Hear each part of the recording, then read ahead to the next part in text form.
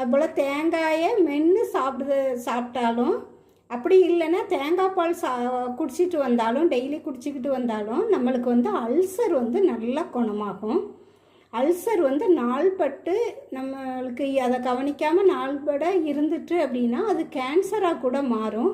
அதனால் இந்த தேங்காயாவோ இல்லாட்டி தேங்காய் பாலாவோ சாப்பிட்டுட்டு வர்றது வந்து நம்ம உடம்புக்கு வந்து நல்லது. அல்சர் வராமல் பாதுகாத்துக்கிடலாம்.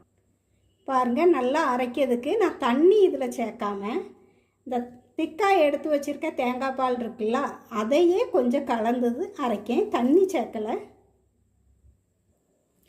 பாருங்கள், கேரட், ஏலக்காய், இந்த தேங்காய் பால் ஊற்றி நல்லா ஜூஸ் அரைச்சி இருத்து வச்சுருக்கேன். கம்மியான அரிசி தான் எடுத்திருக்கேன், அதனால் சின்ன ஜார் தான் எடுத்திருக்கேன். இதில் இப்போ தண்ணி